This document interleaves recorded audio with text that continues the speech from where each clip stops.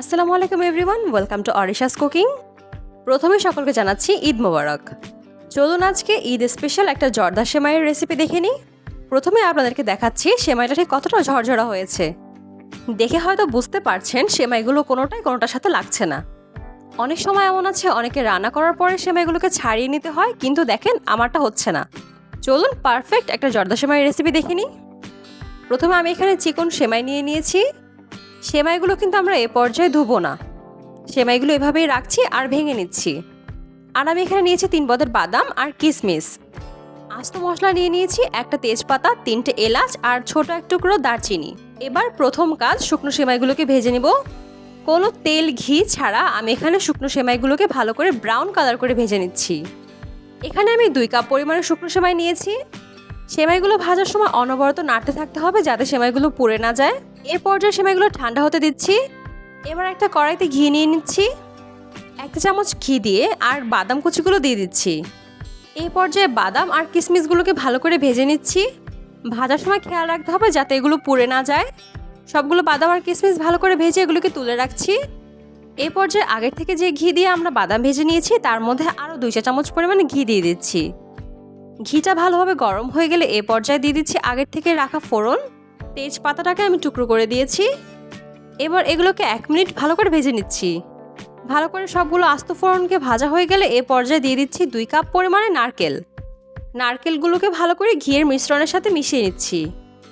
সম্পূর্ণ রান্নার সময় খেয়াল রাখতে হবে, রান্নার সময় কোনো রকম জাল বেশি বাড়ানো যাবে না, একদম অল্প জালেই ভেজে নিতে হবে সব কিছু। এ পর্যায়ে দিয়ে দিচ্ছি 1 চিমটি পরিমাণে লবণ। এর চাইতে বেশি লবণ দিতে যাবেন না। আর দিয়ে দিচ্ছি 1 কাপ পরিমাণে চিনি। চিনি আপনারা আপনাদের স্বাদ অনুযায়ী বাড়িয়ে অথবা কমিয়ে নিতে পারেন। লবণ দিয়েছি কারণ যে কোনো মিষ্টি খাবারের স্বাদের ব্যালেন্সের জন্য এতটুকু লবণ দিতে হয়, না হলে স্বাদ ভালো হয় না। এ পর্যায়ে 2 টেবিল চামচ পরিমাণে পানি দিয়ে দিচ্ছি যাতে চিনিগুলো ভালো করে গলে যায়। এবার যতটুকু পানি দিয়েছি অতটুকু পানি টানার পর্যন্ত এটাকে ভালো করে রান্না করে নিচ্ছি। এ পর্যায়ে আগের থেকে ভেজে রাখা সেমাইগুলোকে ভালো করে পানি দিয়ে ধুয়ে নিচ্ছি। ভিজিয়ে রাখার কোনো প্রয়োজন নেই, ভালো করে পানি দিয়ে ধুয়ে এটিকে তুলে নিলেই হবে পানি ঝরা দিয়ে। এই তো সেমাইগুলো থেকে পানি ভালো করে ঝরা দিয়ে আমি তুলে নিচ্ছি। সেমাইগুলো তুলে আগের থেকে তৈরি করে রাখা নারকেলের মিশ্রণের মধ্যে সেমাইগুলো দিয়ে দিচ্ছি। আর দিয়ে দিচ্ছি এখানে 3 টেবিল চামচ পরিমাণে গুঁড়ো দুধ। এটিকে স্কিপ করবেন না, কারণ দুধ দিলে স্বাদ ভালো আসে।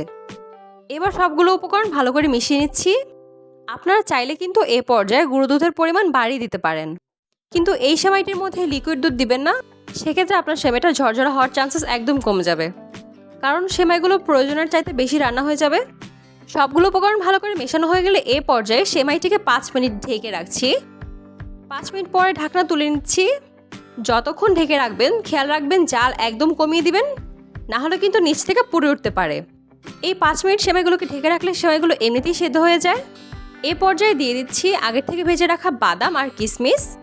এবার সবগুলো উপকরণ ভালো করে মিশিয়ে সেমাইগুলোকে পছন্দ মতো ভাজা ভাজা করে নিচ্ছি। দেখে হয়তো বুঝতেই পারছেন আমার সেমাইগুলো ঠিক কতটা পরিমাণে ঝরঝরা হয়েছে। এর মধ্যে কিন্তু আর কোনো পানি দেওয়ার প্রয়োজন নেই, এটি এমনিতেই সেদ্ধ হয়ে গিয়েছে। এবার আগে থেকে যে আস্ত ফোড়নগুলো দিয়েছিলাম সেগুলোকে তুলে নিচ্ছি।